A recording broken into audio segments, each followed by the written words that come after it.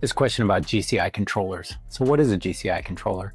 GCI is Ground Control Intercept Controller. GCI controllers are people who are out there giving us the entire picture of the battlefield while we're flying so that we can make more informed decisions. They're giving you that big picture because they can see it from up above, and you may not be able to see it down there on the field when you're in the thick of it, okay? So your fighter radar has a limited range depending on the type of radar, which jet you're in, environmentals, all those things, right? Well, the GCI, they can be on an AWACS, they can be on a ground control station, and they're using a longer range radar to be able to paint a picture of what the bad guys are doing. And they're going to communicate it to you using standard language so you can make better decisions. They give you vectors and distance to threats. They give you callouts to the nearest threat, and they paint for you what we call the picture. And once they state what the picture is, it helps you make a better decision. When I was preparing for my flight lead and later instructor pilot upgrade, I actually made flashcards of all the different pictures that you might hear from your GCI controller so that I was ready with the correct response within a second of how we would counter it. If we see a really wide picture,